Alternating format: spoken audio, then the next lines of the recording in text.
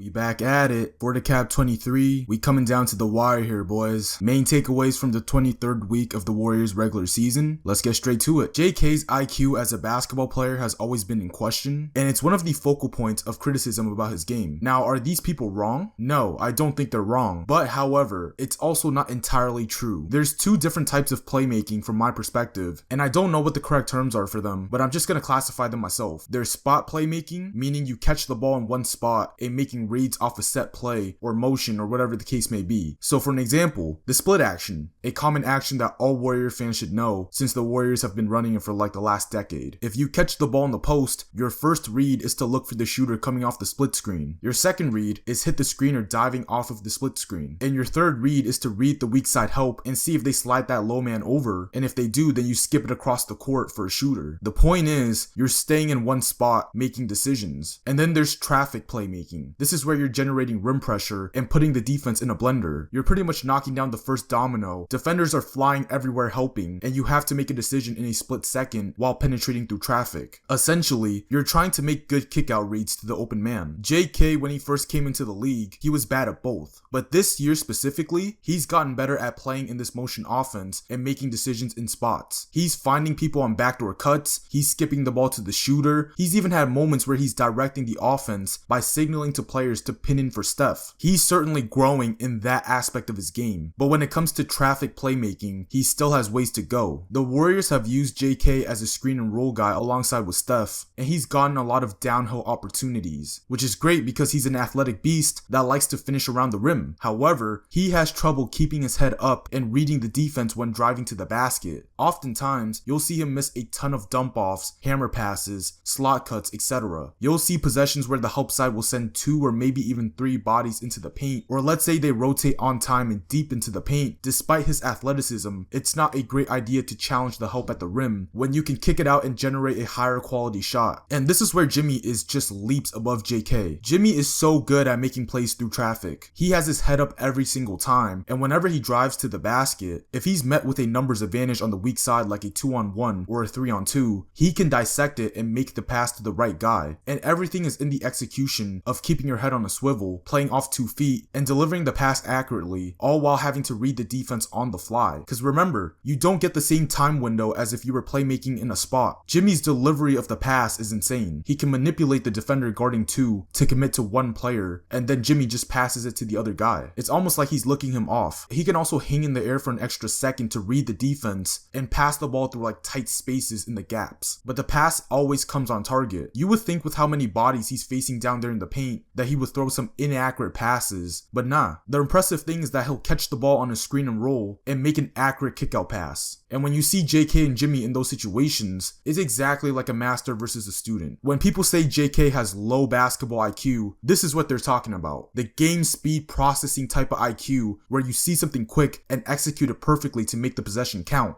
And quite frankly, in this type of system, that's what's needed from JK. And again, he's making progress, but not only is it little progress, he's not good enough at a respectable level to the point where that's considered a threat in his game. Something I thought the Warriors did so well as a team in this particular week is just winning margins. And if you don't know what that means, it just means the 4 factors. Things that earn you extra opportunities to score like rebounding, forcing turnovers, scoring in transition, second chance points, the possession battle, and so on. In this week alone, the Warriors have won every single battle when it comes to the margins, and this is where the Warriors are going to have to be consistent with winning on the margins because it aligns with what the roster brings to the table. If you guys haven't checked out my video where I talked about the issue with the role players on this team, I pretty much mentioned that the Warriors do not have talented role players that can score at a high level, but they have a ton of high motor talent that can fight on the margins. This is where you see less talented teams potentially upsetting more talented teams because you can run into a scenario where certain opposing players have off shooting nights, and if you're winning the margin battles, it can put more pressure on the talented team to work harder. If you compared the Warriors' overall roster talent to some of these other teams in the West, they can get easily trumped. But if they can outwork some of these more talented teams, then it can create some leeway where Steph and Jimmy don't necessarily have to produce over-the-top results to get the job done. After all, the Warriors have the personnel to be great at winning margins. You see pods in Guy Santos and Kevon Looney, and even Jimmy, who's the second star player on this team, he's often contributing to the margins a lot as well. And albeit the margins alone might not be enough, it's certainly better than nothing. And most importantly, it always gives you a fighting chance. Last video, I talked about how the league is catching on to how to defend the Warriors and Steph Curry by pretty much top locking Steph and sagging off of Draymond, and how this type of coverage will be the standard coverage of what this team will have to face come playoff time. Funny enough, we actually ran into the team that heavily plays that coverage in the Memphis Grizzlies last Tuesday. In my video, I listed all the possible counters that the Warriors have to that coverage, but the Warriors have introduced another one. The point of this coverage is to keep the ball out of Steph's hands and keep it into Draymond's hands. Now, instead of him just shooting 14 threes like how he did against Toronto, something that he did was close the space being given to him. Instead of taking the wide open three, he attacked the space, and this puts pressure on Zach Edey, where he's a slow-footed big and he has to play the cat and mouse game because now there's two threats. Draymond is now in a position where he can score in the paint, but he can also hit the backdoor pass to Steph, and that's what he was doing. He engaged Edey enough to create that backdoor passing window, and he was able to get Steph some backdoor layups, or if not, the ball is now in Steph's hands without forcefully having to overdo it. Another beautiful thing that I should have added in my last video are Draymond handoffs, meaning instead of shooting the ball wide open, you hand it off to a shooter one pass away. This works so well because Memphis's defense is sagging off of Draymond, and whoever's guarding him is stuck in the paint. So if Draymond runs a handoff to a shooter, the shooter will get a clean look because the screen defender is sagging back. Draymond did this in a variety of ways. For an example, Jimmy would penetrate and kick it out to Draymond for a wide open three. And because they're already helping off of him, if Jimmy touches the paint, they're going to collapse. And on any other team, this is a shot that other players will take because of how open they are. Even if they're a center that doesn't even shoot, if they're getting that many wide open looks, pretty much practice shots, they're going to take a lot of them. But not for Draymond if you have Steph Curry, because he decided to hand it off to Steph so many times. And at that point, Memphis's defense is considered useless with their big front court because they couldn't stay in the paint. There was this one play where Draymond got in between Steph and Jalen Wells, who was top locking him, and again, Edey is stuck in the paint. So because of that, Steph comes off the handoff getting a clean look. This is actually something that I want to see Jimmy do more, because oftentimes he can stand in the corner and he can take too many threes when in reality he can just hand it off and roll to the basket. Or he'll just be stuck in the corner doing nothing. And this little extra handoff concept can go a long way for him, especially when he's not involved in a set play and defenses are helping off of him. This is something that the Warriors have done for a long time to disguise non-shooters and keep the offense flowing. I believe the first time I saw something like this was in the 2018 season, where we had Zaza Pachulia and Jordan Bell on the team, and they were passing the ball to Steph in between their legs. Like Steph would come off a handoff, but instead of it being a traditional handoff, they would just throw it between their legs. Or Steph would come off like an exit screen, and instead of another player passing the ball to Steph coming off the exit screen, the guy that's in the corner, which is normally a non-shooting big, Steph will run behind him, and Zaza Pachulia would drop the ball in between his legs, and that would safely get Steph the ball. Overall, I thought it was great tactical work from Steve Kerr and Draymond Green, and of course, the Petty King himself.